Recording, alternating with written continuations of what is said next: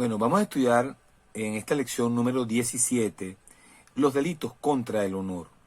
El honor es un derecho constitucional, es un derecho que tenemos todas las personas, es un derecho inherente a la condición de ser humano, señalado en el artículo 60 de la Constitución de la República. ¿Qué es el bien jurídico tutelado? ¿Qué se entiende como honor, como reputación?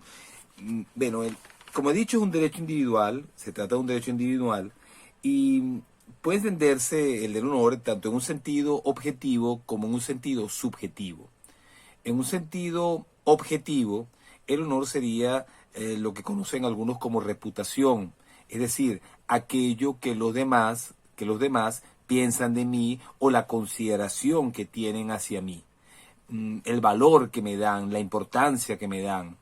En cambio, el honor subjetivo sería, como lo llaman algunos también, el honor interno, es decir, la valía la valía que me doy a mí mismo, la importancia, la consideración que tengo sobre sí mismo, sobre mí mismo, perdón. En otras palabras, el honor subjetivo vendría a ser pues la representación que tiene que se tiene a sí mismo, que tiene uno mismo de su propio valor. Es decir, lo que yo me represento acerca de mi reputación ante los demás, independientemente de que esa reputación sea efectivamente la que existe, la que se da en la realidad. Cuando se habla de honor en el derecho penal, se puede hablar tanto en el sentido objetivo como en el sentido subjetivo. Hay quienes critican esta concepción del honor, considerando que el honor no puede depender de lo que los demás piensen o de lo que uno piense de uno mismo, sino que el honor debe ser entendido en un sentido normativo, en un sentido jurídico, de una manera más objetiva, que no depende, repito, de apreciaciones subjetivas de otros o de la propia apreciación personal, de que yo me crea, pues yo me represente, que tengo la mayor de las reputaciones, a lo mejor no la tengo verdaderamente. E igualmente puede ser que un grupo de personas tenga una determinada consideración hacia mí y esa consideración no sea lo que objetivamente, realmente constituye mi honor, mi reputación. Es decir, los autores plantean de que debe el concepto de honor quitársele esa consideración naturalista de haciéndolo depender de lo que piensan los demás o de lo que piensa uno mismo, para elaborarse una concepción jurídica del honor, una concepción jurídica que dependería por ejemplo, del valor intrínseco que tiene, del valor real que tiene una persona en la sociedad. También tendría que tomarse en cuenta la reputación, lo que se piensa de él, independientemente de esa consideración objetiva.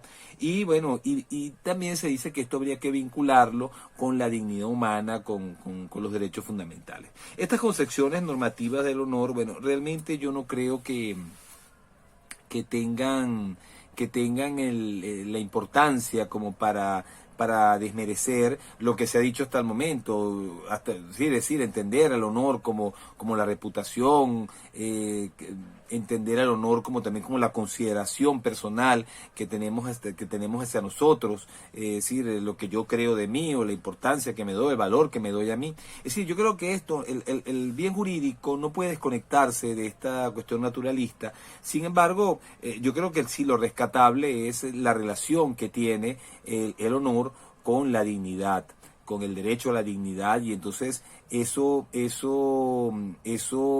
es lo que permite considerar este derecho como también un derecho fundamental, el derecho al honor, a la reputación que tenemos todas las personas.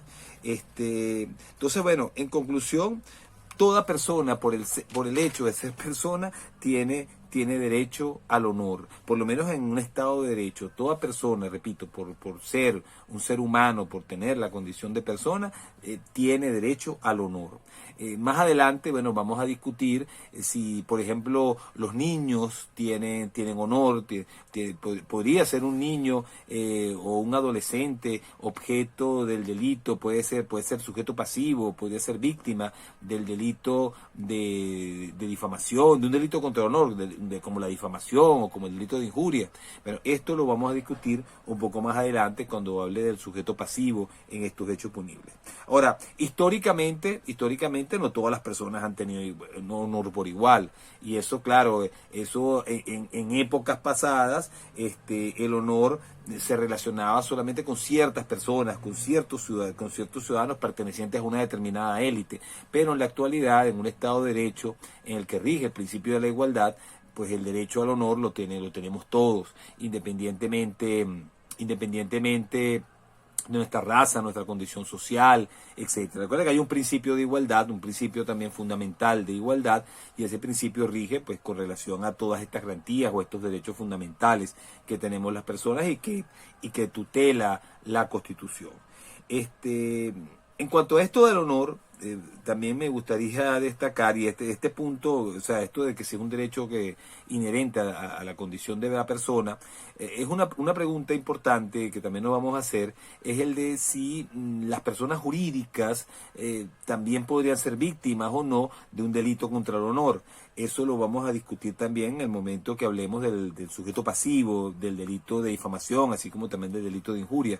Una persona jurídica podría ser víctima de una difamación, de un delito de injurias. Bueno, eso lo vamos a ver, insisto, más adelante. Por lo menos en principio podría decirles que sí. Podría decirles que sí, por lo menos desde el punto de vista constitucional, el derecho al honor parece que lo tiene toda persona, porque el legislador constitucional, cuando en el artículo 60 habla del derecho al honor, no establece limitaciones, no establece restricciones de ningún tipo, es decir, no dice las personas naturales a diferencia de las personas jurídicas, o sea, no hace ningún tipo de separación. Entonces, claro, si uno parte de una interpretación en el principio meramente literal del artículo 60, bueno, tendría que decir que también las personas jurídicas tienen honor y que eso pues permitiría por lo menos pensar en que podrían ser víctimas del delito de difamación o el delito de injurias, delitos que voy a explicar más adelante y que son delitos que constituyen, que representan, en caso de concretarse, una lesión al bien jurídico, una lesión o daño al bien jurídico del honor, de la reputación de las personas. Otro punto relativo al bien jurídico tutelado tiene que ver con el conflicto que puede producirse entre el honor como derecho individual y las libertades de expresión y de información. Por ejemplo, un periodista agarra y publica una noticia acerca de una persona y dice que esa persona, no sé, agarró y robó tanto dinero en la administración pública cuando era funcionario público. Entonces, la pregunta es, oye, vamos a suponer, él le llegó esa información y agarró y la divulgó. ¿Eso sería constitutivo o no sería constitutivo de un delito de difamación, un delito de injuria? Bueno, miren, esto es un tema que genera bastante discusión respecto, si cualquiera de estas imputaciones o atribuciones podrían ser realmente constitutivas de delito o más bien estar justificadas por el ejercicio de un derecho que como permiso legal, que sería el ejercicio del derecho precisamente a la libertad de expresión y a la libertad de informar a las personas acerca de determinados sucesos, de algo que hubiera ocurrido. Entonces, claro, el problema es determinar si se cumplen los límites del ejercicio del derecho.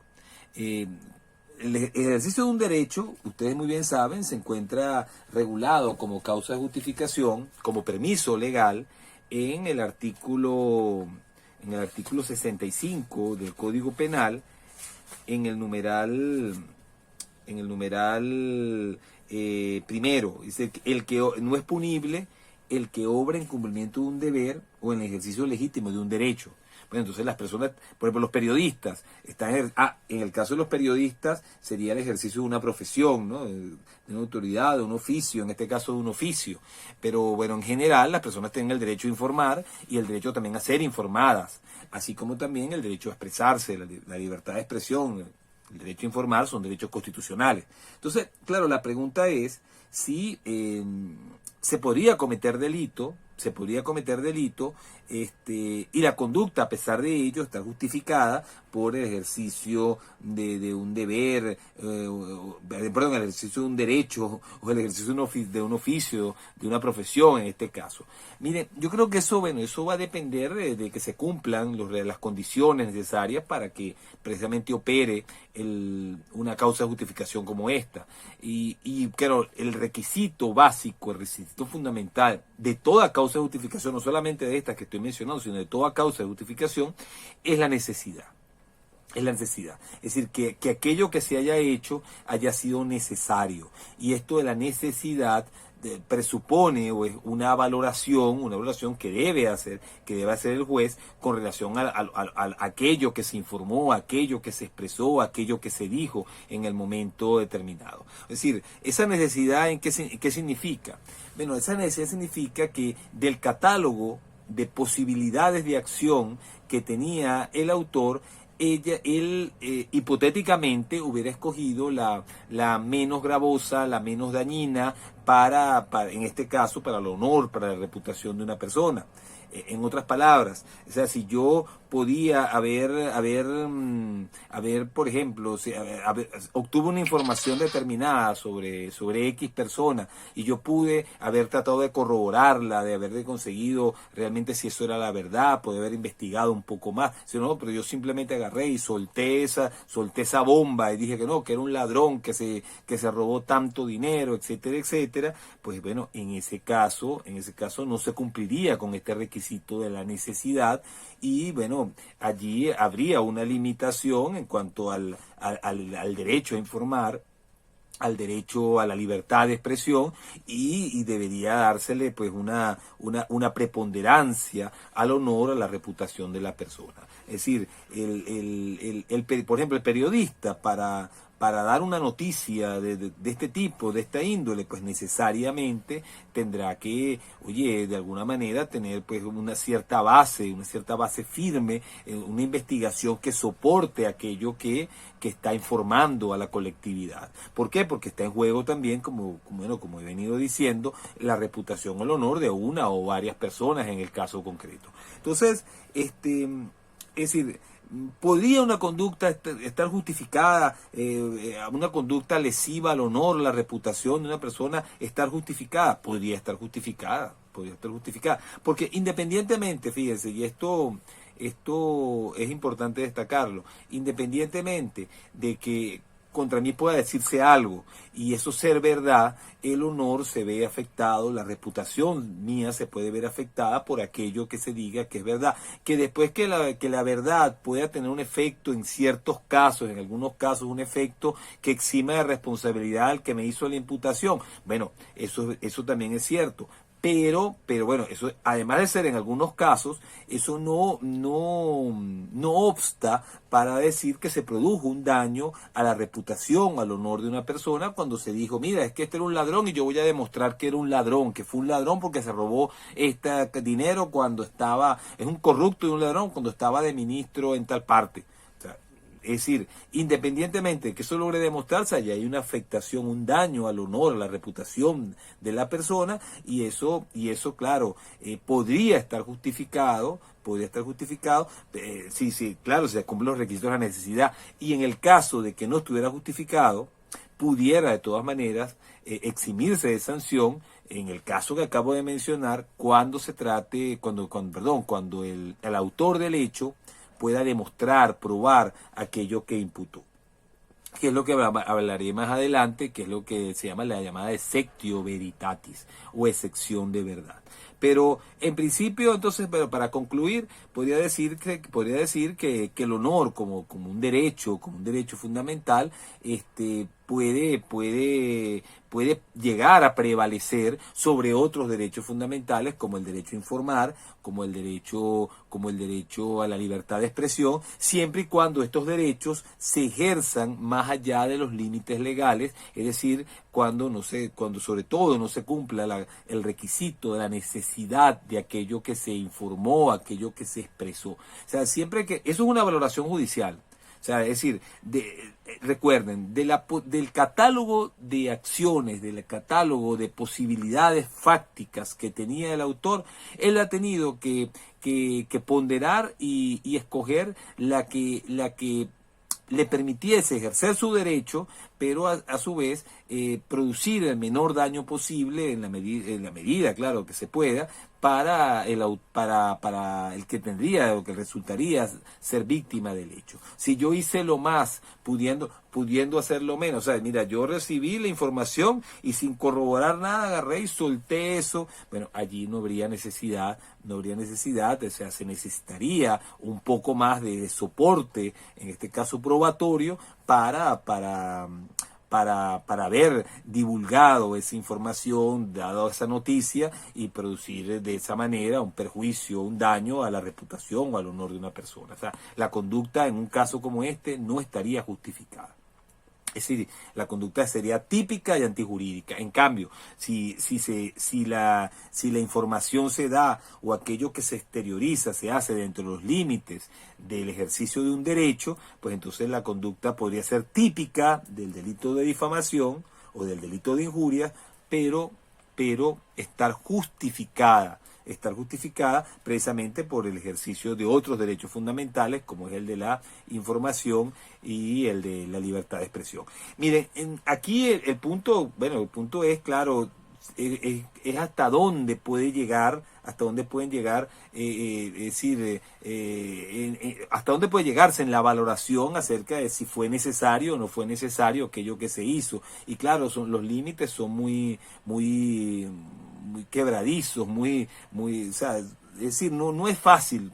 Lo que quiero decir es que no es fácil hacer una separación estricta, clara, precisa acerca de los límites del derecho a informar, con relación pues al respeto que se debe al honor y a la reputación de las personas. Todos como derechos constitucionales que son, ¿no? Los límites entre unos y otros pues realmente no son muy sencillos y hay que, claro, caso por caso ir evaluando, ir analizando a los fines, de saber si realmente debe preponderar el derecho al honor sobre el derecho a informar o sobre la libertad de expresión de las personas. Pero en principio no podemos decir que entonces que los derechos, que estos derechos, estos últimos sobre todo, la libertad de expresión y la libertad de informar, son derechos absolutos que no tengan limitaciones. Claro que tienen limitaciones y la limitación estará siempre en la necesidad. Y si no fue necesario aquello que se hizo, que es una valoración, como dije, judicial, pues entonces podrá haber un delito de difamación, un delito de injuria, dependiendo del caso concreto. Bueno, dicho esto, voy a hablar ahora de los delitos de difamación y el delito de injuria. O sea, lo primero que voy a hacer es separar, delimitar un delito del otro. Mire, el delito de injuria se diferencia del delito de difamación, o el delito de difamación se diferencia del delito de injuria, en que la difamación consiste en imputarle, en atribuirle a una persona un hecho, un determinado hecho, un hecho en particular, una acción, una omisión, que sea capaz de exponer a esa persona al odio público, al desprecio público, o que eso que se imputa, aquello que se atribuye, aquel hecho en particular que se le atribuye, sea ofensivo ya directamente a su honor o reputación. Es decir, en la injuria, en la difamación, hay la atribución de un hecho en particular, la imputación de un hecho en particular a la persona. Yo le digo, mira, tú eres un ladrón porque tú te robaste ese $1.000.000 cuando eras ministro, $1.000.000 cuando eras ministro de educación. Entonces, bueno, cuando yo hago una imputación de ese tipo, una atribución de ese tipo, y tú hiciste bajo tales condiciones, en tal fecha, etcétera, etcétera. Bueno, eso sería constitutivo del delito de difamación. En cambio, la injuria es una ofensa genérica que puede ser mediante una acción, como puede ser también mediante una omisión, pero es una ofensa genérica. Es decir, siguiendo el mismo ejemplo que acabo de dar, yo difamo a una persona cuando digo, tú eres un ladrón porque te robaste tal dinero en tal fecha, en tal ocasión, etcétera, etcétera. Pero si yo le digo a la persona, no, tú eres un ladrón, tú eres un sinvergüenza, tú eres una persona vil, eres una persona despreciable, pues entonces en ese caso ya lo que haría, mis palabras, fíjense, no constituyen la imputación de un hecho en particular, sino que mis palabras lo que tienden es a ofender, a vulnerar la consideración que tiene de sí misma y que tienen los demás de esa persona, pero sin hacerle, insisto,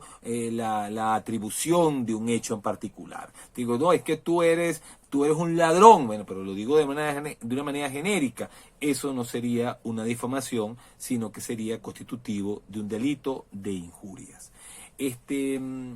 Ahora, la ofensa puede ser de cualquier tipo, no tiene que ser una ofensa verbal. Igual la difamación, como lo veremos también, no tiene que ser necesariamente verbal, puede ser también por escrito. Y en el caso de la injuria puede ser por medio de un gesto. O sea, es decir, no es necesariamente, tiene que ser mediante palabras, pero lo importante es el contenido ofensivo, en el caso de la injuria, el contenido ofensivo de aquello que se hace o que se deja de hacer con relación a la persona que te resulta siendo la víctima del hecho.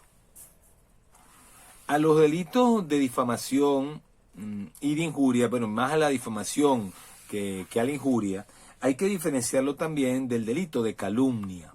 El delito de calumnia es un delito contra la administración de justicia, es un delito, bueno, que afecta el normal, el correcto, el adecuado desenvolvimiento de la aplicación de las leyes por los órganos jurisdiccionales, que consiste en el que, a sabiendas de que una persona es inocente, lo denunciare o acusare ante la autoridad judicial o ante un funcionario público que tenga la obligación de transmitir la denuncia o la querella, atribuyéndole un hecho punible o simulando las apariencias o indicios materiales de un hecho punible. Bueno, en estos casos se castiga una pena de 6 a 30 meses de prisión. Fíjense, el delito de calumnia cumple de alguna manera con las condiciones o con algunas de las condiciones del delito de difamación. Es decir, ¿por qué? Porque se trata de un hecho en el que usted, a sabiendas que alguien es inocente, usted le atribuye la comisión de un hecho punible ante la autoridad, ante quien tiene el deber de investigar si se cometió o no se cometió ese hecho, y que puede tomar decisiones o tomar medidas en contra de esa persona, como por ejemplo la privación de la libertad en el caso del juez. Entonces, ¿cuál es la diferencia? Bueno, la diferencia es que en estos casos no habrá difamación, sino lo que habrá realmente es un delito de calumnia. Es decir, la calumnia afecta un bien jurídico ya de manera pues mucho más particular, un bien jurídico colectivo, que es el bien jurídico de la administración de justicia, un bien jurídico estatal, mejor dicho, que es el bien jurídico de la administración de justicia. Y claro, en estas hipótesis, cuando se trata de que aquello que se está imputando, atribuyendo, es un delito, pero se hace ante las autoridades, ya pues entonces la difamación cede su paso a la calumnia, porque pasa más bien a afectarse, es decir, a producirse pues un menoscabo de ese correcto o adecuado desenvolvimiento de la aplicación de las leyes, de la actividad jurisdiccional en el Estado de Derecho.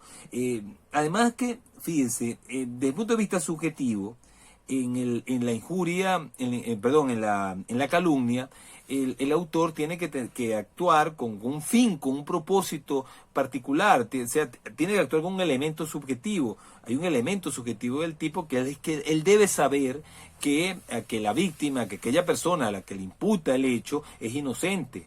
Es decir, y lo que quiere, bueno, es causarle precisamente un daño no a solamente a su honor, a su reputación, sino también puede ser a su libertad, a sus libertades individuales, al denunciarlo o acusarlo ante las autoridades sobre respecto a un delito. En cambio, en la difamación, además de que no se tiene que realizar ante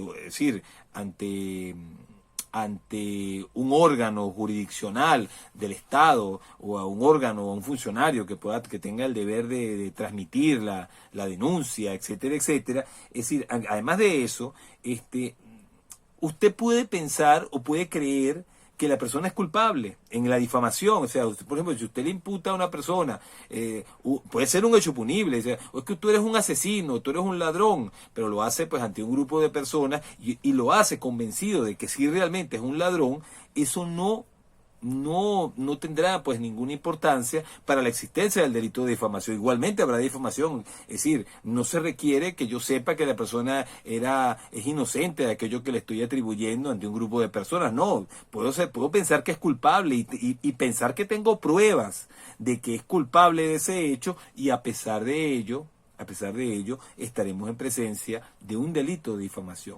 Fíjese, la regla general, y esto quiero que te lo tengan presente de ahora en adelante, la regla general en cuanto a la difamación es que aunque usted tenga prueba y aunque usted esté convencido de que aquello que está diciendo es verdad, es cierto y pueda demostrarlo, y yo lo puedo demostrar, la regla es que usted no pueda probar nada. Es decir, que llegado el momento de un proceso penal por el delito de difamación, usted no puede probar nada si esa persona era ladrón o era aquello que usted le estaba atribuyendo, el hecho que usted le atribuyó. La regla general es que usted no puede probar nada y que independientemente que pudiera probarlo, eso no eliminará el delito de difamación. Igualmente habrá difamación. Yo le digo a una persona, hay personas que podrían ofenderse, ¿no? Y por lo menos en una sociedad como la venezolana, el que le digan a alguien que es homosexual, etcétera, etcétera, eso puede generar muchísima indignación en ciertas personas. Entonces, que le digan que es un homosexual porque no sé, porque lo vieron teniendo sexo con otros hombres o con otras mujeres. Vamos a suponer que ocurriera algo así y que encima de eso se tenga la persona que hace esa atribución, esa imputación, tenga pruebas, tenga fotografías, videos, etcétera, etcétera. La regla general es que aunque usted demuestre, pruebe que la persona era homosexual, usted de todas maneras está cometiendo el delito de difamación. Es decir, es por excepción, ya veremos después, por excepción que a usted se le podría permitir probar la verdad, pero son casos muy particulares que se permite probar la verdad, y si usted prueba la verdad se le exonera de responsabilidad. Pero la regla general es que usted puede no solo pensar que la persona es responsable, que la persona realmente realizó aquel hecho que usted le está imputando, y que tenga usted pruebas, usted pueda demostrarlo. Eso no importará a los fines del delito de difamación. ¿Por qué? Bueno, porque en el delito de difamación el honor se vería, o sea, la reputación, el honor de la persona se vería afectado independientemente que usted pueda demostrar o no pueda demostrar. A veces, en algunas ocasiones, en algunos casos, sí el hecho de probar podría eximir de responsabilidad penal, pero bueno, son casos, insisto, muy particulares que veremos más adelante, que son las hipótesis de la exceptio veritatis. Pero volviendo al delito de calumnia, insisto, pues el delito de calumnia es una imputación, es verdad, de un hecho, pero realmente allí, es decir, de un hecho que evidentemente, si es un delito, es capaz de exponer al desprecio, al odio público de una persona, puede ser ofensivo a su honor o reputación. Sin embargo, aquí, aquí se le da preponderancia a la protección, a la administración de justicia. Usted dirá, bueno, profesor, pero podría más bien haber un concurso, o sea, un delito excluye al otro. Bueno, mira, depende, habría que analizar caso por caso. No podría decir también que sea que como regla absoluta un delito excluya al otro, o sea, es decir, que la calumnia excluya la difamación. Lo que pasa es que, bueno, fíjense, la calumnia es un delito de acción pública, mientras que la difamación es un delito de acción privada. Entonces, claro, son delitos que tendrían un procedimiento penal distinto y bueno, pero claro, eso no obsta que es posible que pudieran concurrir en un caso concreto y haber lo que llamamos un concurso ideal de delitos, que solamente que bueno, que tendrían que aquí someterse a procedimientos penales distintos. Pero bueno, habría que analizar caso por caso para determinar si realmente se cumpliría es decir, los requisitos, las condiciones de ambos delitos al mismo tiempo, con la misma acción delictiva. Pero en principio podría decir, bueno, que un delito excluya al otro, aunque pudiera, repito, darse algunas hipótesis en las cuales haber un concurso ideal entre el delito de calumnia y el delito de difamación. El problema, insisto, está en que son delitos bueno, que tienen una naturaleza distinta, que se considera con preponderancia el bien jurídico, o se le da mayor preponderancia al bien jurídico a la administración de justicia que al delito, que al bien jurídico, a la reputación, del honor de la persona, y que de alguna manera, y esto también podría uno advertirlo, de alguna manera en el delito de calumnia hay una protección también al honor de la reputación, es decir, que de todas maneras podría de alguna manera estarse castigando el hecho en sí mismo de la difamación cuando se castiga la calumnia. Entonces, bueno, si uno parte de esa base, pareciera que por lo menos como regla general, el delito de calumnia excluirá al delito de difamación, pero no niego que puedan darse hipótesis en las cuales haya un concurso. Lo que pasa allí es que bueno, que este concurso tendría que llevar un procedimiento penal distinto. No sé, es un tanto discutible, ¿no? Que pudiera hablarse de un concurso ideal en el cual cada hecho pueda ser objeto de un proceso penal distinto. Pero bueno, en todo caso, la regla es la que acabo de mencionar.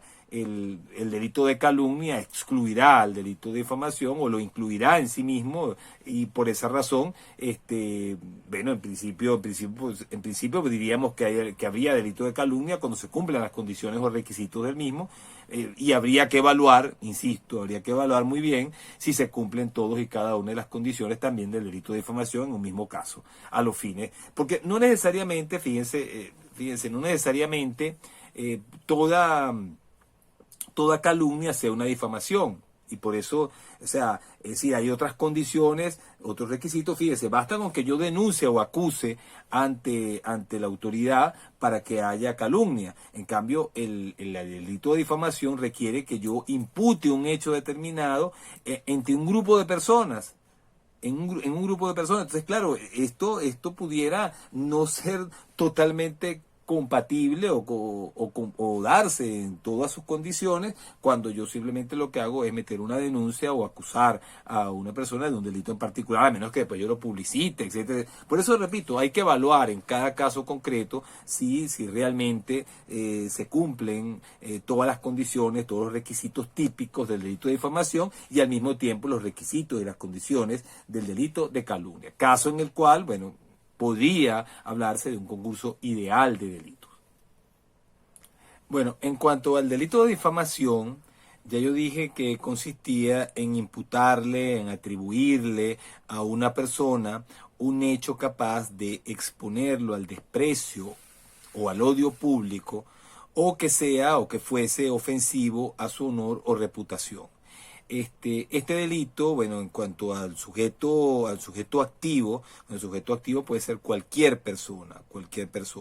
Y en cuanto al sujeto pasivo, es decir, al titular del bien jurídico, no a quien realiza la acción, sino al titular del bien jurídico, inicialmente también podríamos decir que es cualquier persona, puede ser cualquier persona. Sin embargo, bueno, se ha discutido si hay personas que no tendrían honor y al no tener honor no podrían ser víctimas de este delito. Si la pregunta es, ¿pueden haber personas que no tengan, que no tuviesen honor? Por ejemplo, se ha discutido el caso de los niños. Un niño tiene reputación. Un niño tiene, por ejemplo, un niño muy pequeño, podemos suponer un infante, tiene una consideración acerca de sí mismo o tiene alguna reputación que sea objeto de respeto o que pueda ser objeto de respeto. Hay quienes han dicho que no, y que por lo tanto no podría difamarse a un niño o injuriarse a un niño. Es decir, ellos entienden que, bueno, a ver, qué consideración podría tener en el caso, repito, de un infante, que la colectividad, qué consideración podría tener respecto de lo que ha hecho, si no ha hecho hasta el momento en su vida, pues no ha transcurrido un tiempo en el que puede haber realizado acciones que pudieran valorarse positivamente por la sociedad o desvalorarse por la misma. Entonces, claro, se ha argumentado en este sentido de que en el caso de los niños no podría hablarse realmente de un honor externo y tampoco de un honor interno, de una consideración de lo que yo me creo, de lo que yo soy o de los valores que yo tengo. Claro, un adolescente quizás pudiera decir que sí, pero en el caso de un niño, sobre todo un infante, pudiera discutirse. Sin embargo, miren, bueno, la LOMNA aquí no hace ningún tipo de distinción y dice en su artículo 65 que todos los niños, niñas y adolescentes tienen derecho al honor, a la reputación y a la propia imagen. O sea, ya cuando esto está así contemplado, pues entonces, por lo menos en el sentido de como derecho abstracto, pues lo tiene, exacto. Es decir, los niños tienen el derecho al honor, a la reputación, a la propia imagen, independientemente que lo puedan ejercer o que no lo puedan ejercer, tienen ese derecho y ese derecho debe serles respetado.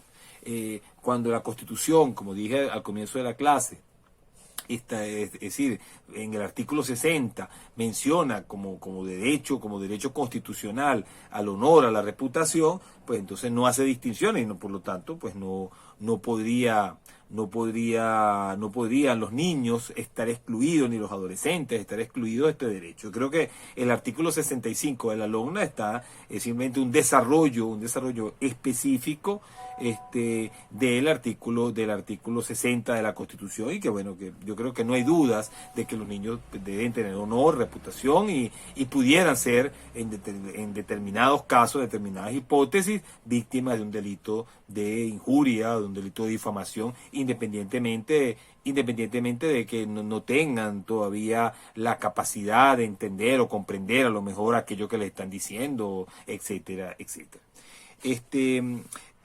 También se ha planteado el problema con respecto, no sé, a personas que no tienen honor, a ya adultos que no tendrían honor, por ejemplo, y digo entre comillas, no tendrían honor como por ejemplo una prostituta o un ladrón con un conocido ladrón o con una persona corrupta, bueno, entonces si yo a esta persona la insulto y le digo, no, tú eres una prostituta, o tú eres un corrupto, eres un ladrón, eso no sería difamación porque esa persona ya es conocida por todos como ladrona, como prostituta, como ladrón. Miren, en estos casos, igualmente podría haber difamación, podría haber delito de injuria, dependiendo, claro, se cumplen las condiciones, toda la totalidad de las condiciones o requisitos de esos delitos, igualmente podría haberlos, porque es decir, la Constitución protege la reputación de las personas independientemente que la tenga o no la tenga en un determinado medio. Mire, yo le puedo decir a una persona, mira, tú eres una prostituta, y a lo mejor yo saber que es una prostituta y poder demostrar que es una prostituta, pero a lo mejor en un medio, en cierto medio en que se desenvuelve, no se sabe que ella es prostituta y le produzco un efecto grave a su reputación, y claro, y con ello también a su dignidad como persona por hacerle ese tipo de imputaciones o de atribuciones independientemente de que yo pueda demostrar que sea verdad. Y por eso he dicho que la regla general es que a pesar de que yo pueda demostrar que un hecho difamatorio es verdad, de todas maneras yo cometería o estaría cometiendo el delito de difamación. Entonces, lo que quiero decir con esto es que no hay personas que no tengan honor, personas, en este caso me estoy refiriendo a las personas naturales, ¿no?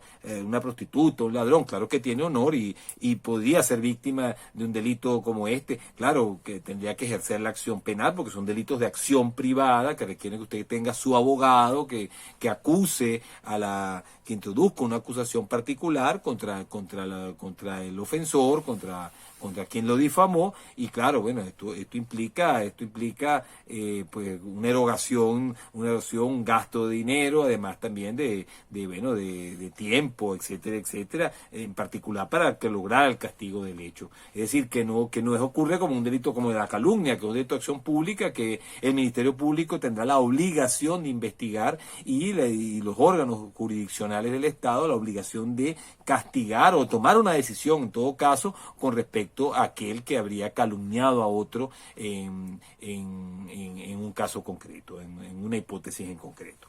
Entonces, no hay personas naturales que no tengan honor. La Constitución establece el derecho constitucional, un derecho fundamental, que es el honor a la reputación, es decir, como una parte, como una expresión, una manifestación de la dignidad de la persona, y eso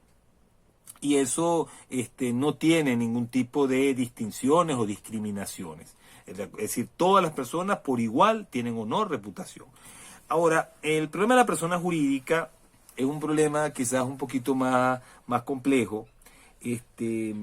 Inclusive aquí en Venezuela hay jurisprudencia sobre este tema, hay una jurisprudencia importante, ustedes la pueden revisar, es decir, eso tuvo que ver con un caso con la pasta de diente, una pasta de diente, no sé si fue entre la Colgate y la Crest, parece, no sé, que hubo unas propagandas que se hicieron, no recuerdo bien el caso en este momento, pero que hay una propaganda que se decían que una pasta de dientes así causaba o producía cáncer. Se hizo una propaganda en ese sentido y bueno, entonces la empresa que se sintió afectada, ofendida por el hecho, introdujo pues una acusación por difamación y bueno, eso llegó a la Corte, a la antigua Corte Suprema de Justicia, la Sala Penal, y hubo una decisión al final al respecto, admitiendo el castigo del hecho como difamación, es decir, que por lo tanto las personas jurídicas tendrían entonces el derecho un derecho igualmente a la reputación, al honor, derecho que estaría consagrado de una manera amplia en el artículo 60 de la Constitución.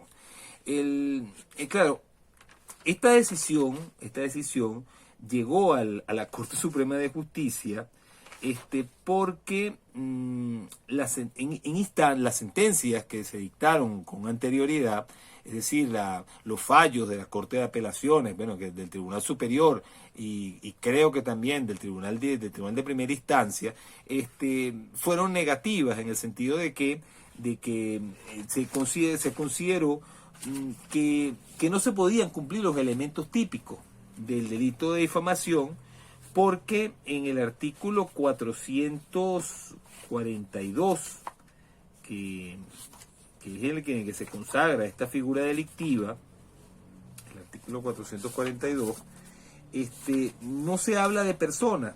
Ese creo que era el argumento. 442, un momentico. Ajá. En el artículo 442 no se habla de persona. Fíjese, este delito ¿en qué consiste? Bueno, ya he mencionado en qué consiste la acción, pero bueno, vamos a leer el tipo legal del delito de difamación. Dice, quien comunicándose con varias personas reunidas o separadas hubiera imputado a algún individuo un hecho determinado capaz de exponerlo al desprecio o al odio público u ofensivo a su nueva reputación, será castigado. Entonces, fíjense que aquí no se habla de persona, sino de individuo. Entonces, claro, el argumento era de que una persona jurídica no es un individuo, sino que un individuo es una expresión referida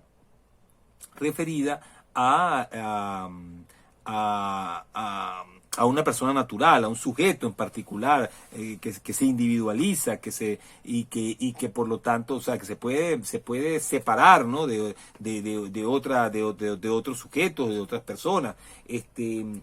Se puede individualizar, era la palabra que estaba buscando. En cambio, en las personas jurídicas, bueno, el argumento fue que eso es decir, esa palabra no sería aplicable a una persona jurídica. Y claro, a partir de allí se llegó a la conclusión de que, bueno, de que no podría configurarse el delito de difamación.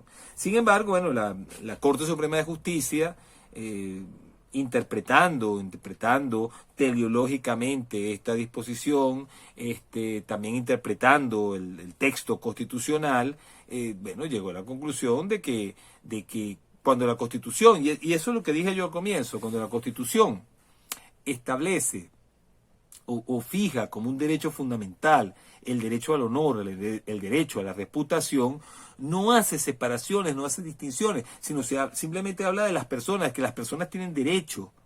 Las personas tienen derecho al honor, a la reputación.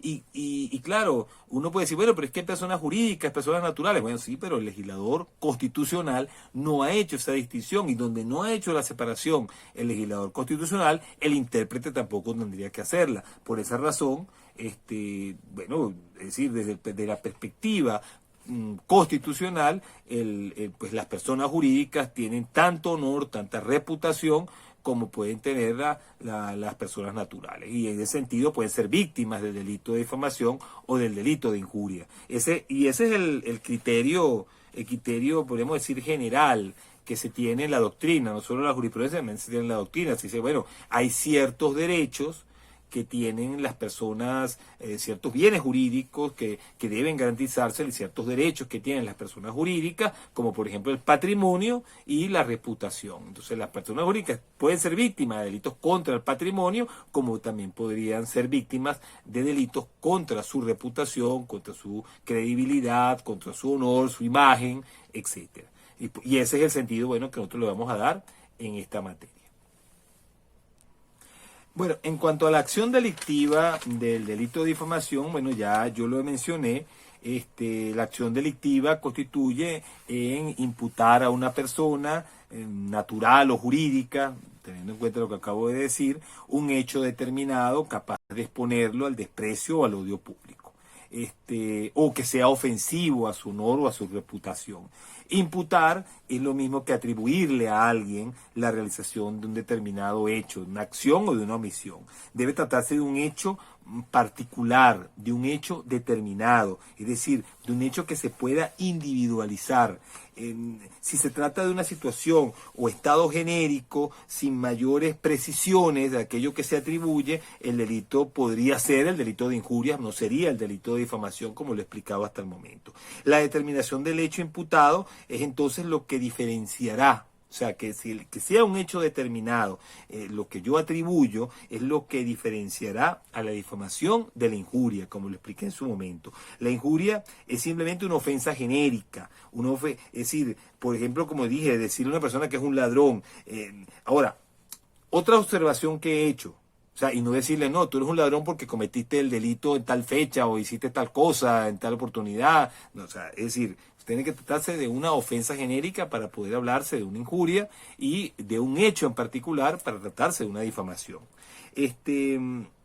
Además, también, como dije, no es necesario que el hecho imputado sea verdadero.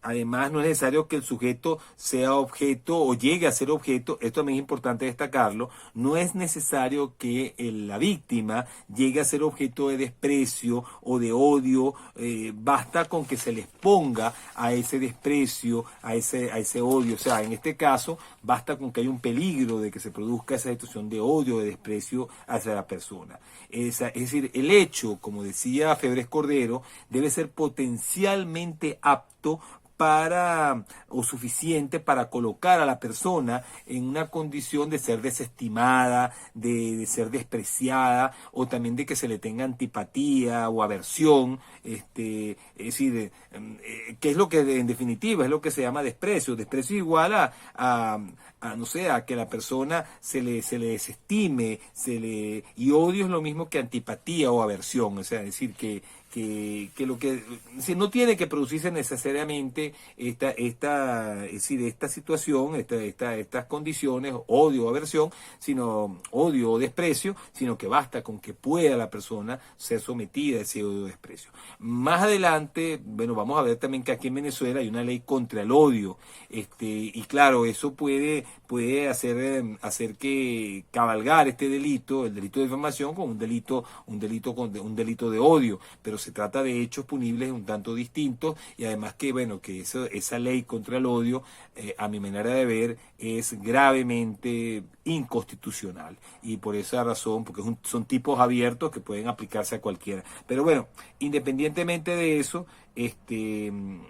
hay una relación, hay un vínculo entre el delito de difamación y los delitos previstos en la ley contra el odio, y eso lo vamos a ver, bueno, un poco más adelante cuando analicemos en particular, sobre todo cuando analicemos en particular esa ley que, a mi manera de ver, ya lo digo desde este momento, es una ley inconstitucional.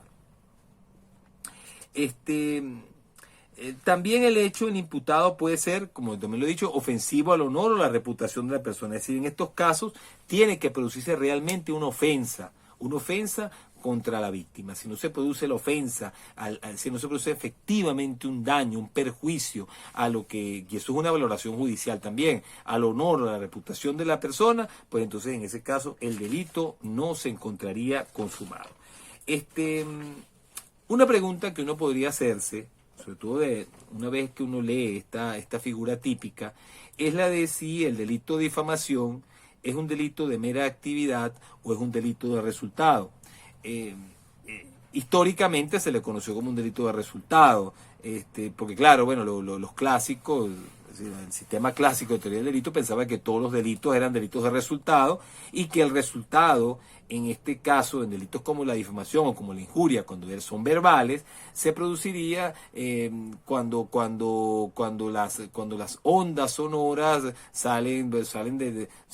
cuando la voz se manifiesta en ondas sonoras, y eso llega a ser percibido o escuchado por un tercero. O sea, esas ondas van por el aire hasta que llegan al oído de la víctima, etcétera, etcétera. Algo que sostiene, inclusive en la actualidad, todavía tienen autores como Strattenberg para decir que se trata de un delito de resultado. Pero, miren, todo parece indicar, y esto creo que existe acuerdo, que cuando se trata de un delito de difamación, un delito de injuria, sobre todo cuando es una injuria verbal o una difamación verbal, el delito vendría a ser un delito de mera actividad. Esa yo creo que es la regla en estos casos. Se considera que si bien estos hechos han de requerir un resultado, sería un resultado jurídico, un resultado valorativo, que sería consustancial al comportamiento del autor. Recuerden, ¿cuál es la diferencia entre un delito de mera actividad y un delito de resultado? Bueno, que en los delitos de resultado, además de la acción que se describe en el tipo legal, se exige que se produzca como consecuencia de esa acción una modificación del mundo exterior perceptible por los sentidos y diferenciable en el tiempo y en el espacio del comportamiento del autor. Eso es lo que se conoce como un resultado. Ese resultado vendría a representar la lesión o la puesta en peligro del bien jurídico, pero ya materializada, concretada, perceptible por los sentidos. Es decir, son delitos que requieren un hecho distinto al hecho realizado por el autor. Necesita que se produzca algo como consecuencia del comportamiento del autor. Y son delitos que por lo general requieren, es decir, en su configuración típica, un objeto de la acción, un objeto material del delito. Como ocurre, por ejemplo, con el delito de homicidio, en que la persona humana, la persona a la que se le da muerte, ella encarnaría físicamente el bien jurídico de la vida, y por esa razón, bueno, el resultado no vendría a ser otra cosa que el choque entre la acción del autor y el objeto de la acción, y ese choque, bueno, conduciría o termina concretándose en la muerte de esa persona. En el caso de los delitos de mera actividad, por el contrario, el legislador lo que tipifica es una acción o una omisión. Profesor, pero se requiere un resultado. No dijo, sí, sí, se requiere un resultado, pero no sería un resultado naturalista, sino un resultado valorativo. Ese resultado valorativo sería, pues, una apreciación que haría el juez acerca de que se dañó, se lesionó un determinado bien jurídico. Entonces, por ejemplo, en el caso del delito de difamación, ¿cuál sería esa acción? La acción sería la de imputarle a la persona un hecho capaz de exponerlo al desprecio público o ofensivo a su honor o reputación. Entonces, es decir, ya con la propia acción, con el propio comportamiento, es que se produciría el resultado. Sería, es decir, el resultado sería consustancial, inherente a la acción del autor. En los delitos de mera actividad eso es lo que ocurre. Por lo tanto, en los delitos de mera actividad no hay relación de causalidad porque no se trata de un hecho distinto que se cause mediante el comportamiento del autor, sino que ya cuando yo realizo la conducta, produzco ya el hecho de realizar la conducta ya entraña la lesión o el peligro para el bien jurídico. Esto, miren, es lo que parece ocurrir aquí en el delito de difamación, como también ocurriría en el delito de injuria. Es decir, que serían delitos de mera actividad o de mera conducta. Ahora, como les dije, bueno, hay autores más actuales, como Strattenberg, que consideran que el delito de injuria y que el delito de difamación sí requieren un resultado, solamente que no está claramente, o sea, está implícito, no está expresamente señalado en el tipo legal. Ese resultado sería la percepción sensorial, el conocimiento de la especie difamatoria o de la especie ofensiva por parte de la víctima. Y claro, el argumento podría complementarse diciendo, bueno, sí, ¿por qué sería eso un resultado? Sería un resultado porque estos son delitos que requieren el conocimiento de la víctima para que necesariamente se materialicen y pueda ejercerse la acción penal. O sea, es decir, estos no son delitos que se van a investigar independientemente que la víctima, y castigar independientemente que la víctima no quiera. No. O sea, es decir, por ejemplo, usted lo lesionan, usted podría no querer que la persona se investigue, pero de todas maneras hay que investigar y castigar a la persona. Y si le matan a un familiar, igualmente, ¿no? Si hay delitos, la regla general es que los delitos sean de acción pública, pero estos delitos es de acción privada. Esto significa que si usted no quiere, que si usted no le importa el asunto, pues mira, es decir, al Estado menos, y por lo tanto el hecho no se va ni a investigar ni a castigar. Entonces, por eso quizás Strattenberg dice, bueno, mira, entonces aquí en estos casos es necesario que la persona tenga conocimiento de la especie difamatoria o de la injuria en el caso particular, y claro, que se sienta ofendido y ejerce la acción penal. Entonces, claro, el conocimiento vendría a ser el resultado, un hecho distinto, separado en el tiempo y en el espacio, y bueno, y que tendría que haber, claro, relación de causalidad, etcétera, etcétera.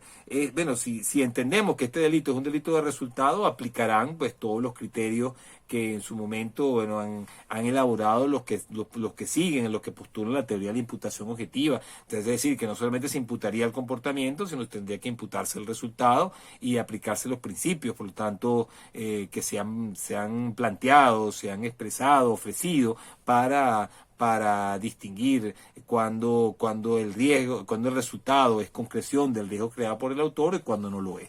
Pero bueno, es una posición, no es la mayoritaria, pero bueno, es una tesis que es importante tener en consideración de cara pues al desarrollo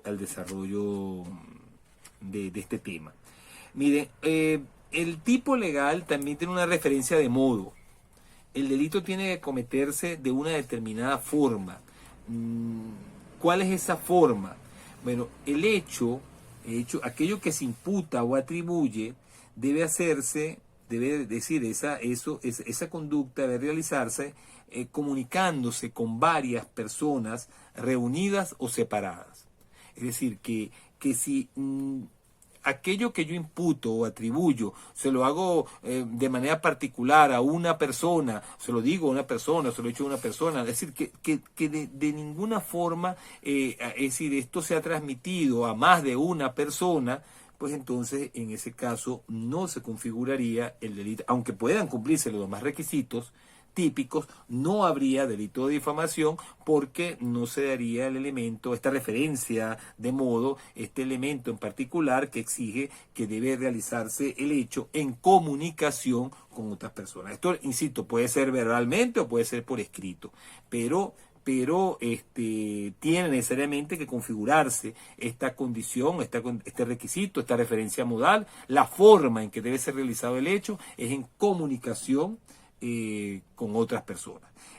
Si el delito, la difamación, se realizase en documento público o con escritos, esto está señalado en el único aparte del 442, vamos a leerlo. Si el delito se cometiera en documento público, o sea, no por vía verbal, sino en documento público o con escritos, dibujos divulgados o expuestos al público o de otro medio de publicidad, bueno, la pena será de 2 años a 4 años. Es decir, que la pena en este caso tendría pues una con relación a la pena básica, tendría un incremento de responsabilidad penal, sería una agravación de la responsabilidad penal el hecho de cometer el delito por medio de escritos, etcétera, etcétera.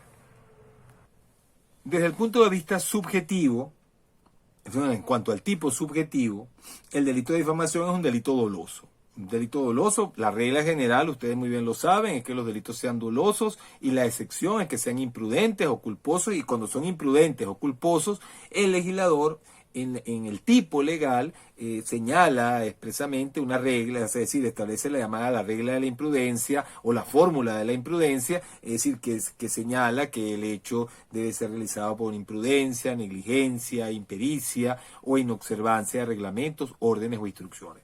En este caso, bueno, el delito es un delito doloso. Ahora, hay quienes han dicho, y esto es una tesis que se ha venido sosteniendo históricamente, hay quienes dicen que este delito requiere un ánimo en particular, al igual que el delito de injurias, que sería el animus diffamandi o el animus injuriandi. Es decir, que la persona tiene realmente, o sea, tendría realmente para actuar para cometer este delito, tendría que realmente tener el propósito de producir un daño en la reputación, el honor de la persona, de la víctima, o de someterlo al desprecio o al odio público, que si no tiene esa intención, ese ánimo en particular, sino que tiene otro ánimo, por ejemplo, el de jugarse con la persona, el de hacerle un chiste, es decir, yo le voy a hacer un chiste aquí, le voy a decir que es un ladrón, pero eso es jugando, o sea, eso no era una broma, no era, no, pero, o sea, pero la pregunta es si esto realmente puede exonerar desde el punto de vista subjetivo al autor del hecho, porque si bien usted dice, bueno, es que era jugando, pero usted podía representarse o no que eso podría causar un daño a la reputación, al honor, o someter al desprecio, al odio público a esa persona. No, pero es que yo pensaba que yo estaba jugando, simplemente era por una forma de aleccionarlo. Es decir, hay quienes consideran que si la persona tiene un propósito, un fin que no sea en particular el de producir un daño o una afectación al honor o a la reputación del sujeto, pues en esos casos no habría difamación desde el punto de vista, o injuria, desde el punto de vista subjetivo, esto sería, por ejemplo, lo que legitimaría que, por ejemplo, si yo, no sé, entre varios amigos se agarran y se dicen cosas, se dicen ofensas, etcétera, etcétera, bueno, como eso es una chanza, como eso es un juego, eso no generaría responsabilidad penal para que el que se sintiese, es decir, no generaría acción penal para aquel que se considerase ofendido por el hecho. O sea, imagínense ustedes, no sé, se empiezan a echar broma entre varias, eso ocurre mucho, entre amigos se empiezan a echar broma, se hacen malos chistes, vulgarmente lo que llaman, empiezan a chalequearse, y de repente uno se siente ofendido y dice, no, yo voy a ejercer una acción en contra tuya porque tú estás diciendo allí que yo soy homosexual, no sé, por ejemplo, y a mí me ofende eso, que tú me estés diciendo eso delante de mí, se estén burlando aquí de mí entre todos ustedes. Entonces, podría decirse, no, es que no tiene realmente esta persona el derecho a ejercer la acción penal y no podrían ser castigados, estos que se están metiendo con él, no podrían ser castigados porque ellos no tenían el ánimo de difamarlo, el ánimo de injuriarlo, sino tenían simplemente el ánimo de jugarse con él. Miren, yo no estoy muy conforme con eso. Yo soy del criterio que considera que aquí lo que se requiere pura y simplemente es el dolo del autor. ¿Y cuándo existirá dolo de difamación? Bueno, cuando usted se representa el tipo objetivo del delito de difamación. En la esfera, claro, en la esfera del ego, usted se representa el tipo objetivo. O sea, ¿qué debo yo saber para cometer el delito de difamación? ¿Qué yo debo saber a los fines de que se me castigue por el delito de difamación? Bueno, yo debo saber, primero que tengo una persona que está allí, una persona que tiene honor, que tiene reputación, porque es una persona que tiene derechos fundamentales. Tengo una persona que está allí, que está viva, y que a esa persona yo le estoy atribuyendo un determinado hecho, y que ese hecho, yo sé que ese hecho que le estoy atribuyendo puede afectar o no la imagen que tienen los demás, la reputación que tiene ante todos, es decir, esta persona, o sea, sí, yo puedo saber eso, puedo representarlo, y le estoy diciendo que es un ladrón, o le estoy diciendo que es un homosexual, y en un medio, no sé, un medio machista, o un medio homofóbico, le estoy diciendo que es un homosexual, y es decir, yo pudiera representarme, yo pudiera llegar a saber que eso, oye, que eso le es ofensivo a su honor, a su reputación.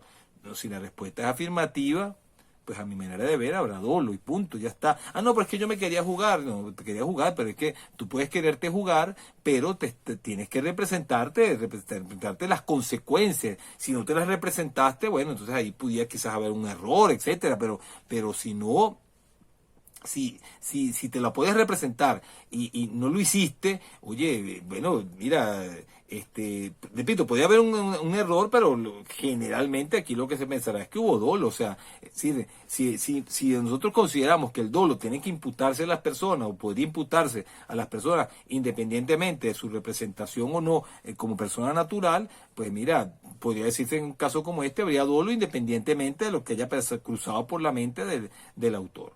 Ahora, si se lo representó en particular, sí, me lo representé, pero yo estaba jugando, yo quería jugarme con él, etcétera, etcétera, pues yo creo que habría claramente un delito de difamación. O sea, yo no creo que eso del animus difamandi, o del animus injuriandi, es decir, sea un argumento que pueda excluir el delito de difamación, cuando una persona en condiciones normales, una persona racional, una persona diligente, una persona prudente, podría representarse perfectamente que aquello que está diciendo, que aquello que está atribuyendo a una persona puede causarle un daño a su imagen, a su reputación, a su honor en el caso concreto. Siendo así, si entendemos el dolo, repito, en un sentido normativo, no entendemos al dolo como una voluntad psicológica, y a la representación como una representación psicológica, en casos como estos habría dolo. Y si decimos, no, es que se requiere una representación psicológica, una voluntad psicológica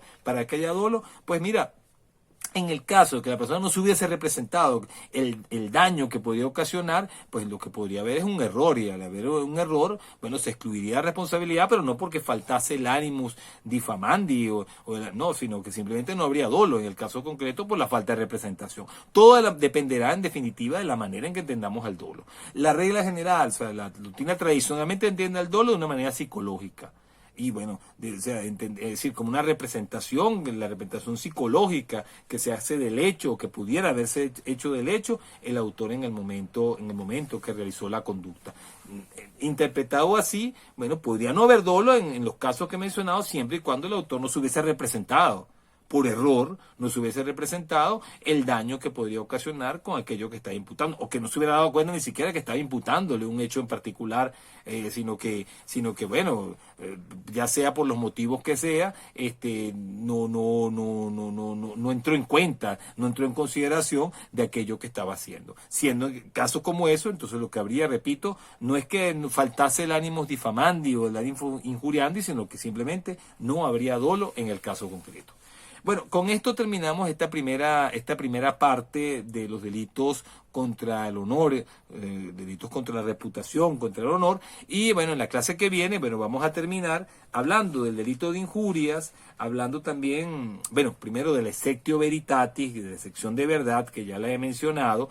Después hablaremos del delito de injurias y bueno, y daremos algunas otras consideraciones sobre el delito de difamación. Fíjense que una consideración que va a quedar pendiente es la de, y que de alguna manera hice un comentario durante la clase, es que es con relación a si las personas, una vez que han fallecido, tienen honor o reputación. Fíjense que cuando yo dije que el dolo de difamar supone que yo sepa que tengo una persona que está allí viva. Entonces, claro, eso a lo mejor a alguien le causó extrañeza. Bueno, pero si la persona está muerta, ¿es que acaso las personas no dejan de tener honor cuando están muertas? No, yo le diría que sí, que dejan de tener honor. Sin embargo, hay regulaciones en la ley respecto de este tema. Es decir, no se protege el honor de una persona que haya fallecido, si yo le imputo un hecho determinado capaz de exponer al desprecio público a una persona que ha fallecido, no se protege el honor, pero se protege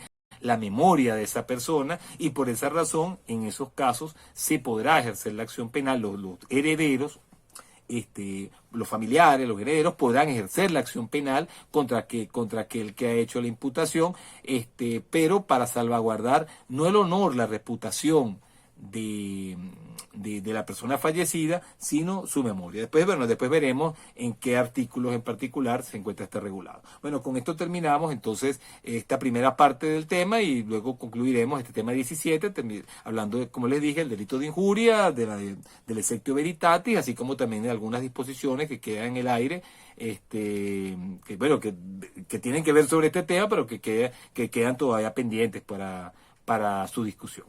Hasta pronto.